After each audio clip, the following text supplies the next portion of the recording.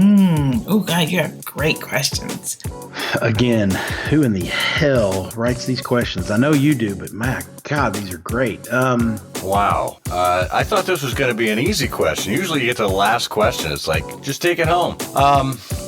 That is a really good question. So that you can apply the skills that you have in a way that brings you real amounts of joy and satisfaction. When you do that, the energy that you end up having, the kind of excitement you have for life, just ends up bringing you the next opportunity, the next opportunity. Yo, welcome back to Tiny Giants, the creator economy show that's about careers over celebrity. I am your host, T. Adeola, your favorite former 400-pounder getting you fit on all things creator economy. You just heard a snippet from today's guest, Caroline K. Caroline K, founder of Vincita, empowers people to take giant leaps and fearlessly embrace the next big opportunity. Throughout her career, Caroline's worked with innovative startups and elite creative agencies to secure dream clients and deliver industry-first brand and marketing campaigns. Caroline decided to step out on her own in 2019 when she moved to Rome and founded her business Vincita, an accelerator to discover, design, and dominate brand new categories of business that change the way we live and work. Caroline is also the executive producer and hostess of a lighthearted business podcast, Snippets of Genius. Each episode, she shares insight into how you can attract and cultivate success, and it's available now on the Marketing Podcast Network, which we are both proud members of. Next, my conversation with Tiny Giant, Caroline K. Caroline, thanks so much for joining me. Thanks so much for having me on. So you have had a very successful career. You were the head of a very large agency, which enabled you to move to Italy and start up your own thing, but no one starts off at the top. So take us back and take us through that origin story of how you landed and where you got to where you are, because in theory, you could have done anything. You could have done absolutely anything. You could have been a pastry chef, a podiatrist, a pastor, but you chose your lane, you chose your direction, and you landed where you landed. So take us through that origin story of how you picked your niche. Oh, I love that question, pick your niche, because it never starts that way, I don't think, for anyone. And I'd love to even throw that back at you and find out, how did you find your niche? How did you get into Tiny Giants? Because I imagine, even for yourself, you didn't think you would end up here where you are. Am I right? True. That is a very true statement. I like to tell people, I don't know that I picked my career so much as my career picked me. That's a brilliant example of what happened for me as well. And I think, like you said at the beginning there, it could have chosen anything, could have done anything. But I find you kind of get pushed into a lane rather, finding your own lane actually takes a little bit longer. I was working in business development roles for over 10 years in London for creative agencies. And I was helping them to go in and win pitches, win new clients, build trust in a really short space of time, help them get to the real core problem challenge of that client and build confidence in them that we had the right solution for them, that we would figure out a great, big, bold, creative idea that would take their brand or their product to the stratosphere. And so it was creative agencies that were from startups all the way to big global agencies. And I absolutely loved my job. It was an amazing career. It was a wonderful people to work with. But as with most jobs that are creative and intensive, there is a real massive thing called burnout, which was not a word that was bounded around back in those days, we're talking 5 years ago. Now it's a bit more common. People understand that you can do too much, that you can work too hard, that you can, have a bad effect on your mental health. And all these things are really more common now. But back in the day, I just thought, I'm tired. I'm really tired all the time. And I didn't know why. And I felt that I was doing everything I was supposed to do. I climbed my way up to the top of the company. I was running the LA office. I was running the London office. I was going off to meetings in New York and in a day and back. And it seemed like I'm living the dream, but actually I was just exhausted and I didn't have time for me and my personal pursuits and ambitions and hobbies. And I thought, I'm supposed to have made it. This is supposed to be it. I'm supposed to have achieved the dream and got the dream job. And all I felt was, is this it? Wow. Isn't there more? When's it going to feel good? When's it going to feel great? When am I going to feel that fulfillment that I've read about in books, that I've seen on those movies that we've all binge watched 100 times over? It's like, when's it going to feel like that? And so that's why I decided to go on the journey to figure out, what is the life that I want to dream of? And the biggest thing was to go back to start dreaming again, which is a big thing that we stop doing after we've gone through childhood. Then we're told to get educated, go to university, go get a job, probably get married, settle down, get a mortgage, have kids. This is the kind of life's rich plan for you. And if you don't want those things, if you decided that maybe that's not the way you want to go, which wasn't the route I wanted to take, it was like, well, you got to start dreaming again. And so for me, it was, okay, what does dreaming look like? What do I want to be when I grow up? That question all over again, even though you're in mid-30s, as I was at the time. So when I started out in the world, shall we say, I had really competitive, ambitious, positive parents that believed I could do anything I put my mind to, which was amazing. But it also meant that every time I was good at something, they would go, this is it. This is going to be your thing. And you need to go do that at 110 miles an hour. And I never really had the time to sit down and think about, what is it that I want? And when you're young and you're trying to figure it out, you don't always know what you want. You kind of want to just do the things that people praise you for, that people tell you you're good at, that, I don't know, maybe you watch the TV and you see someone doing something wonderful and they're being celebrated around the world and you think, yeah, maybe I could do that. That looks really exciting and inspirational. But one of the most important things to do is to actually tune in to what it is that you love and that you find lights you up, brings you joy, is the thing that people seek you out for and you would do anyway. You would do it for free. You would do it regardless of money, status, title. But the fact that you're going to be so brilliant at it is going to bring you all those wonderful things as well. And that's pretty much how I ended up in my lane, as you put it, coming over to Italy, setting up my own business, and now working with people to help them achieve any goal that they want to achieve. And because I do that through really accelerating their belief into what's possible for them, what they're brilliant at, leaning into those strengths as hard as possible, and really going for the big opportunities, cultivating the opportunities out there. But do I really want it, or is that just in a movie? And the best way to know if you really want something is to go try it as fast as you can. I love that. I absolutely love that. And thank you for sharing, because like you made it, right? You made it. You were the success. And then that horrible realization is like, okay, is this it? Which is not a question anyone wants to ask themselves when you ask yourself that question. So you've definitely had a giant career, because like you said, you were running an LA office, London office, and flying back and forth. And you already talked about burnout, but are there any, from the perspective of someone who is in the agency world, are there any giant non-obvious traps that you would caution someone looking to either get into the agency side of things or become a professional creator? Because one of the benefits of being a giant and making it to the top is that you have that bird's eye view, right? You have that 30,000 foot view from the jet, or you can see for miles. So you have a perspective that those on the ground level just getting started don't necessarily have access to. So other than burnout, are there any giant non-obvious traps that you would caution someone against, or even talking to your younger self?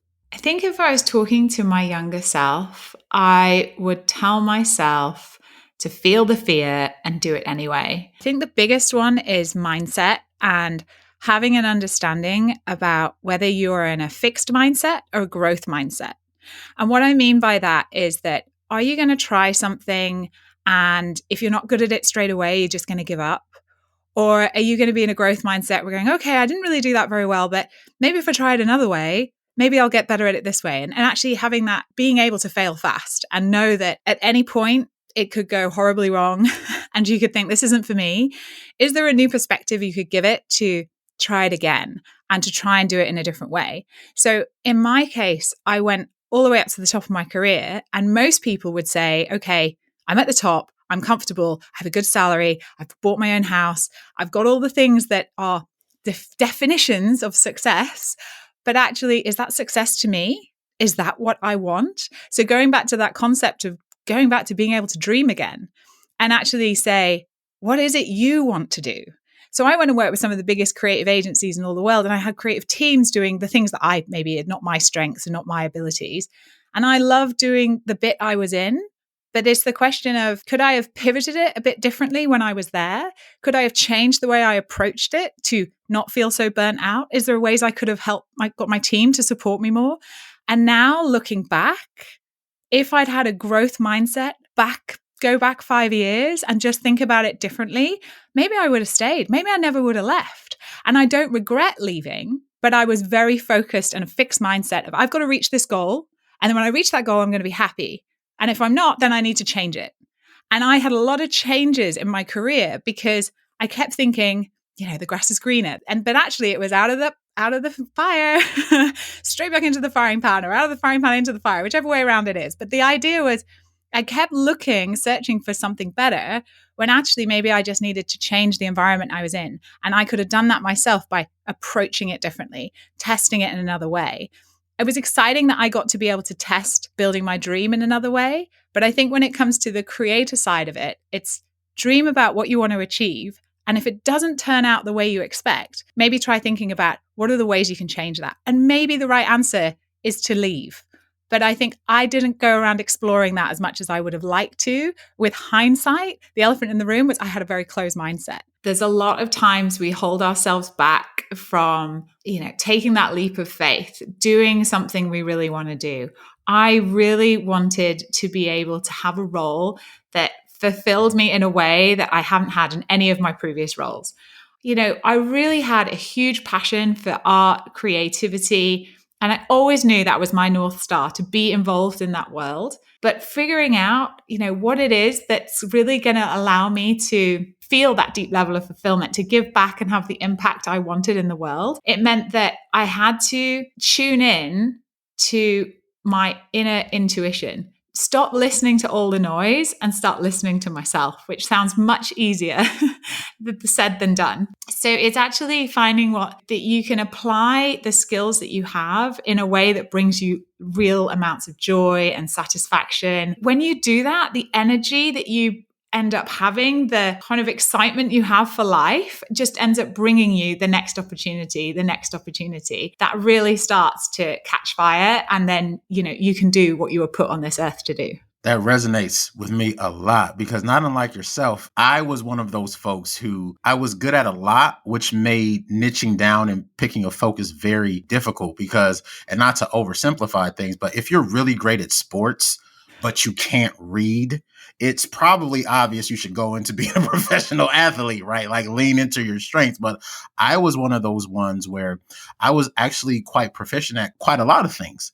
And so it was one of those things where there's this old line from a Drake song, like, how are you supposed to pick the one when anyone will go with you? Mm-hmm. And so I was kind of spoiled for choice, and, the paralysis of analysis, all that good stuff it was very difficult for me to pick a path because I was proficient at so many things. I wasn't a one-trick pony. I could literally do whatever, but like yourself, because of that, you got pushed in 1,000 different directions. And so it made it very hard to niche down. So that's very solid. So thank you for that. So this has been a riveting conversation with Caroline K from Snippets of Genius podcast and Vincita. Perfect. Yes. So we're going to take a short break, and then when we get back, we're going to continue our conversation with tiny giant Caroline K.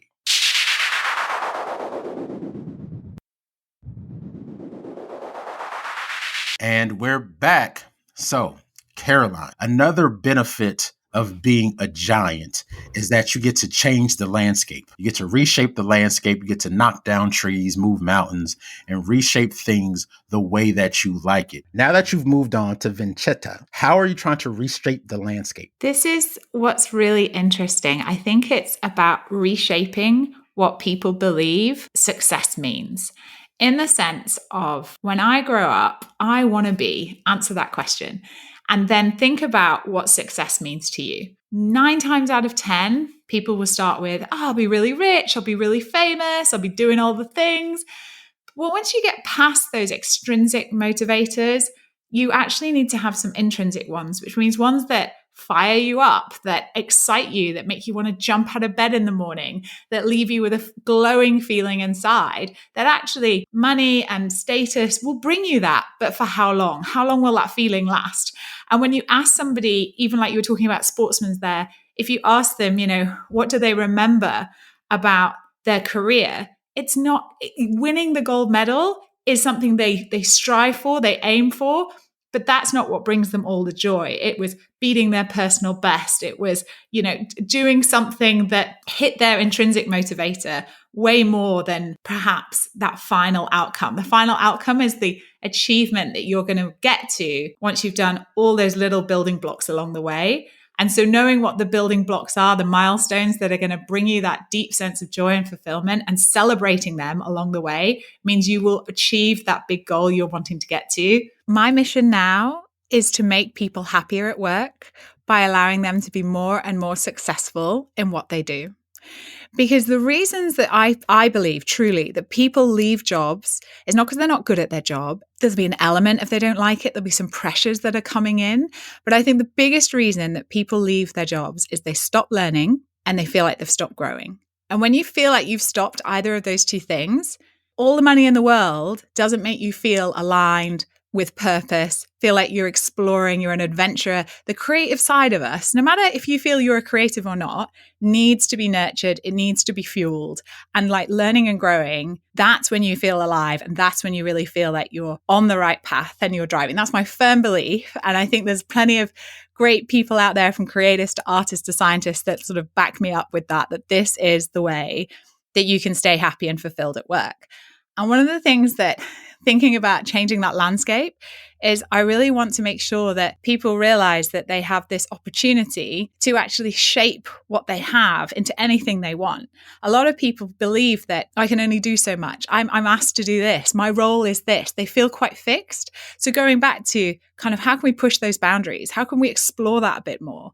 So one of the reasons I do my podcast, Snippets of Genius, is to get people on who are super successful. They've made millions. They've gone global around the world.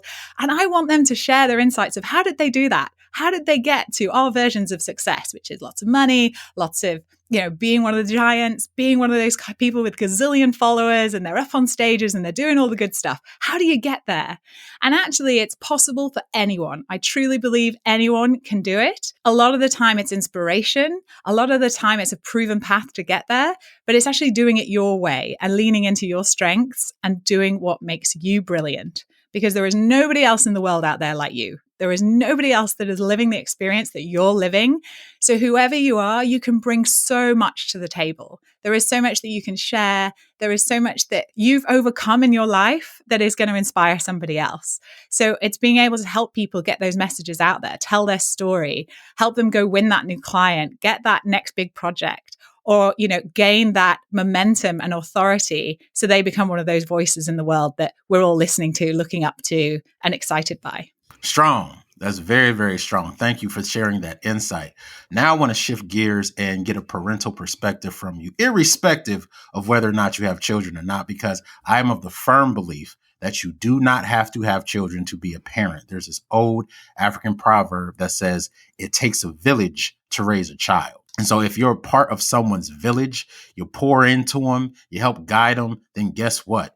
Per the proverb, you fit the criteria. So now I want to get a parental perspective from you, from the perspective of someone who was at the top of the agency world and probably worked with a lot of creators and, big names in the social media space, because I have 3 children, right? I have a 13-year-old, a 9-year-old, and a 6-year-old. All 3 of them want to be YouTubers. Right. And so part of the reason I do this show is frankly very selfish, because I want to make sure that as my children sort of lean into this new path, which frankly didn't exist 20 years ago when I graduated high school. Mm-hmm. I mean, celebrity existed and promotion existed, but when it came together online, it sort of birthed something unique from something old, if that makes sense. Yeah. So how would you talk to my children? How would you counsel me to talk to my children, who all of them, they want to be YouTubers, they want to be IG models, they want to be professional gamers? Okay. So the first thing I would ask them is why? Why do you want to be a YouTuber? Why do you want to be a professional gamer? Like, what is the goal and what is the feeling that you are going to feel when you win, when you achieve that goal. That's the whole reason my company is called Vincita, because the meaning of that word, it's from the Latin and from Italian, is the feeling of winning. It's what you get when you have achieved your goal. That moment, whether it's collecting all your winnings, whether it's being a big risk taker and pulling it off, maybe it's about like, what is it that motivates them? What is it that's building up excitement in them to go do it? Because they could do any of the platforms. They could become a huge influencer on Instagram. They could be the next famous person on TikTok. They could be on YouTube. They could use a whole range of those tools to build up their personal brand and become an authority in the creative space. But why? Why do you want to do it? What does success look like? What's going to motivate you to get up every day, sit down, and produce and create content? And as a fellow podcaster, we know that there is a lot to do. There is a lot to learn. There's a lot to figure out. And sometimes it's not fun and it's not enjoyable. And you need to have your bigger why that gets you out of bed and goes, okay, I'm going to do that. I'm going to find those guests. I'm going to do that edit. I'm going to think about some great questions and dive deep. So they have to have a bigger why. And it's really proven as well. Going back to the idea I talked earlier about being happier at work, money will get you so far. Status will get you so far, but you won't get that deep fulfillment unless you're aligned with a bigger purpose, that you're helping someone, that you're making the world a better place, that you're part of solving a bigger problem in the world that you can't do on your own. You need to get people together. You need to bring this economy, which is what we talk about in the creator economy. It's like bringing people together. It's sharing advice, it's sharing knowledge, and it's reimagining. And one of the things they're going to get really good at is divergent thinking. And to think about divergent thinking, if you know what that is or you're not sure, it's really about how can you take one thing and how can you do a million different things with it? So a good example is like, how many ways can you think of using a paperclip? If you got divergent thinking, you're not just going to say, I put a couple of pieces of paper together. You're going to be thinking about ways you could do implied stories. Maybe you're going to think of something quite humorous with a paperclip. Maybe you're going to have something really original that nobody's really thought of before. But there will always be this ability to create something and put something out there in the world that others want to see, others want to enjoy, and others want to learn from. The biggest thing when you're in a crowded space is to think about how you're going to stand out, how you're going to set yourself apart from the crowd. So doing what everyone else is doing is not going to do that. But there is certain strategies, formulas, ways of creating that are proven, that are the best ways that, you don't need to reinvent the wheel. You can follow a proven system, a proven format. You can learn from the greats. You can go down that road of following all the good advice, reading the great books written by the most successful, the most famous, listening to great podcasts like this. These things will help you grow your talent, grow your expertise. But to stand apart from the crowd, you need to lean into your story. And that is talking about what you've learned, what you've experienced. And this doesn't matter at any age. You will have experience. You will have gone through a journey and nobody else will have had that experience. It's unique to you. So this is what makes you unique. It's who you are, what you've done, how you've handled situations, how you've overcome challenges, how you have become the person you are that allows you to speak with authority, that allows you to share wisdom that other people can take value from, can learn from, and move on with. So if you're going to be in the creator economy, yes, you need to stay in your own lane. Niching down is the way to do it. So who do you serve the best? Who would be the people that will learn from you the most? Who are the people you understand the most? And therefore will, empathize with you, will understand you, will get ideas from you. These are the different ways that you can start to really break down. Instead of being in that crowded noise, saying the same old thing that everyone says, it's tell your unique story, because nobody else has your story. And there will be something in there that perhaps other people have said, but they won't say it in a way that you say it. And it won't resonate the way you are saying it, because it's a lived experience that's coming from an authentic place. So going back to what is their purpose? What is their why? And if they say, I want to make loads of money and I want to be famous, that's great. There's nothing wrong with that. That's a really good goal. But what are they going to do with that money? What are they going to do with that fame? How are they going to serve the bigger community with that? What message are they going to share? What lessons are they going to give? So I would get really big on what is it that they want to be known for, or what is it the impact that they want to have? And when they can answer that question, then they will get up and they will figure it all out and they will be a wonderful YouTuber or an amazing gamer. But it's about getting to that bigger why. And there is always a bigger why. And it's if they can find that, then they will go through any challenge. Vincita, the feeling of winning. And I definitely feel like I won when you blessed the mic just now. So thank you so much for your time. This has been amazing. You are the only you. And that is a fact. So there's nothing left to do but roll out the red carpet. Please tell the people how they can connect with you. Tell us where to subscribe to Snippets of Genius. Please tell everyone where they can get a hold of you on social media. Tell us about any giant projects you have coming up with Vincita. The floor is yours. Oh, thanks so much, T. Well, I've got a couple of big projects on the go at the moment. Number one is it's series 5, I can't quite believe it, of my Snippets of Genius podcast. I am talking to amazing leaders, founders, entrepreneurs who are going out there and taking their ideas global. It has been a phenomenal series so far, just so inspiring to hear how they've had an idea, put it together and launched a business and then taken it to huge, huge heights all around the world. So definitely go check that out. And the next thing I'm doing is working on the launch of Vincita. So Vincita is like my baby. I founded this over 3 years ago, and I've been working with incredible founders, again, to help them to basically achieve anything they want to achieve and help them move faster than they could on their own.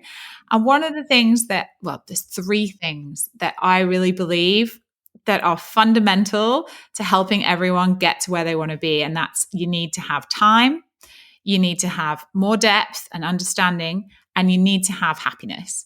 And when you get those 3 things right, the sky is the limit. And most importantly, now I'm going into organizations, helping them to really secure and maintain their best talent, because happy people do not quit. So one of the things we're doing now is like really being on a mission to help people to become really successful in their roles, to build their emotional intelligence, to actually create high-performing teams. And it's really this holistic view of performance and wellness. When you bring it all together, it's about helping people to really face work and life challenges and with calm, clear-headedness, and stress-free.